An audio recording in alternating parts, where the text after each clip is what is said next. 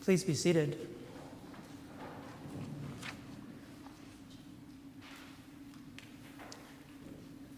It's a bit of a dangerous proposition, preaching about justice. But that's really where our readings are taking us this morning. People have been killed for it, whether it be the prophets in ancient Israel, people in Jesus' own time, our contemporary prophets like Dr. Martin Luther King Jr. It's a dangerous proposition. Israel had a lot of laws around the concept of justice. The whole idea was that they were to take care of one another so that everyone could thrive. Yet in their times of plenty, often they forgot those laws. They fell into a sense of ease and comfort. And as we hear in our minor prophet this morning, who's not particularly minor with the message he gives, the people had done just that in his time.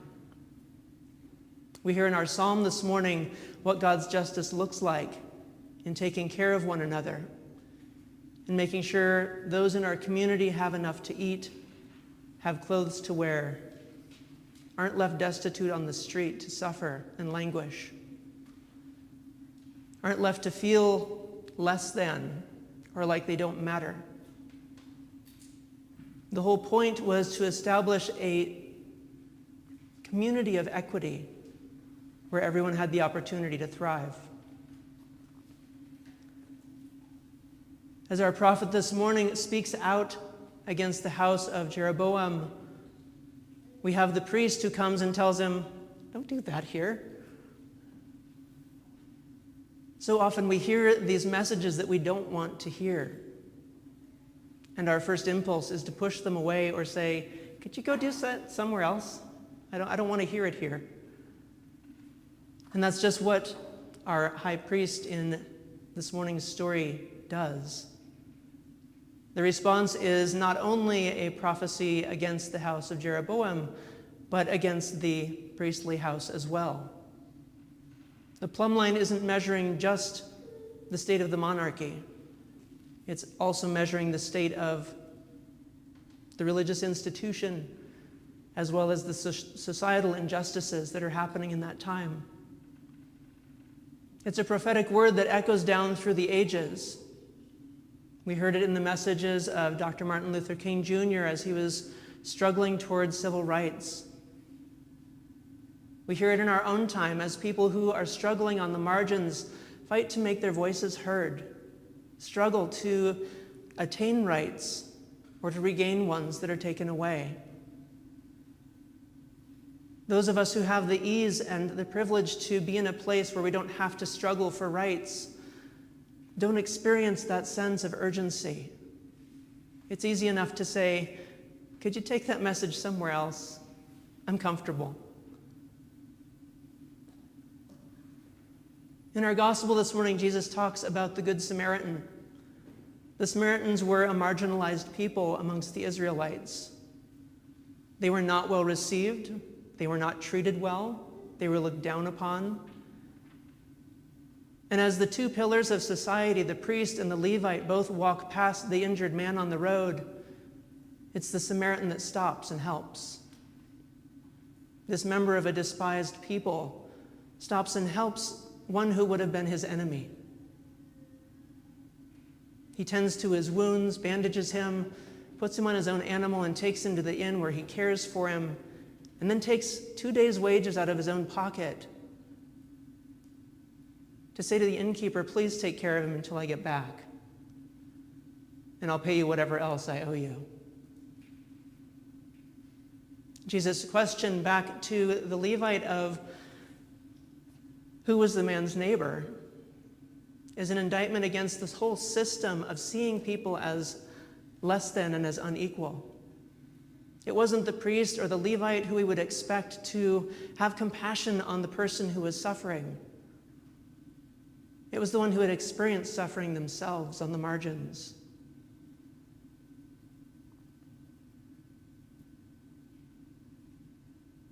In Luke's last year of middle school, we struggled and struggled and struggled to get them to follow his IEP. That's an individual education plan for people with special needs. Luke is neurodiverse. And it was written down on paper, and we talked about it a lot. But there's a big difference between talking about justice and actually doing it. What was put in place to try to establish some equity so that he could learn and thrive didn't happen. He ended up failing at least 2 of his courses that year because of it. Forward to this past year, he was in high school, and they actually did the work of providing the tools that he needed. He was on the high honor roll both semesters. The kid is smart. He just needed the tools to be able to survive, to be able to thrive.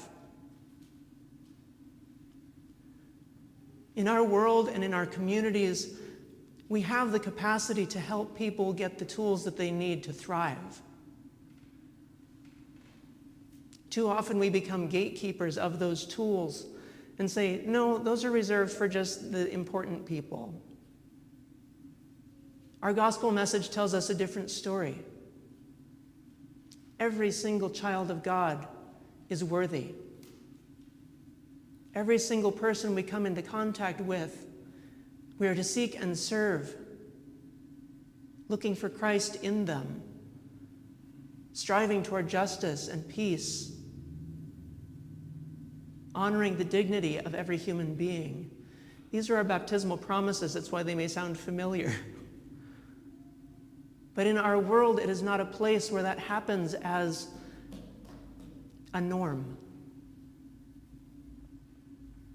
Like Israel, we sometimes find ourselves in a society that has the laws that are just written down, but no one is doing them to make sure they happen.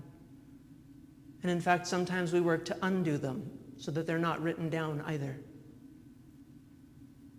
Our work as Christ's hands and heart in our world is to step beyond our places of comfort and privilege, to try to establish a justice that is in accord with God's justice.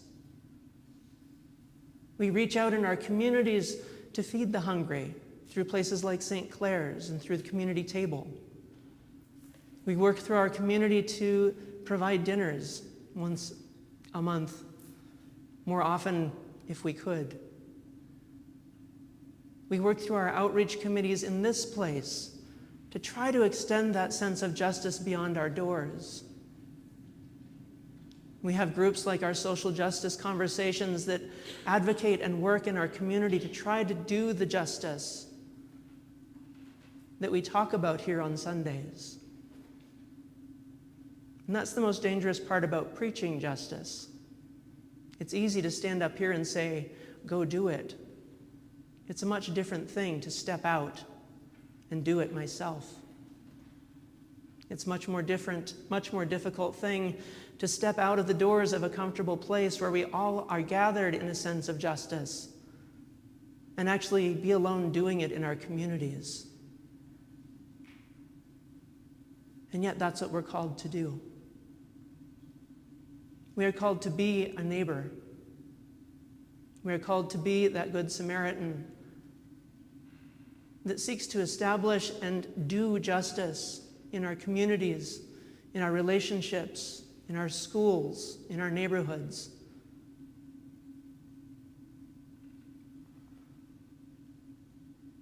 It's not often a popular sermon to preach. And yet sometimes that's where our readings take us. Amos was not comfortable delivering these messages to Jeroboam and to the religious institution of his time, who could easily have snuffed him out. When he was asked for his credentials, he said, I don't have any. I'm a shepherd and a tender of trees. But I was told by God that I had to come and give you this message. And so he went. As we leave from this place, may we go with that sense of being sent by the one who asks of us not only to talk about justice, but to do it. May we go forth from this place with a heart of love and service and compassion to do justice in our world. Amen.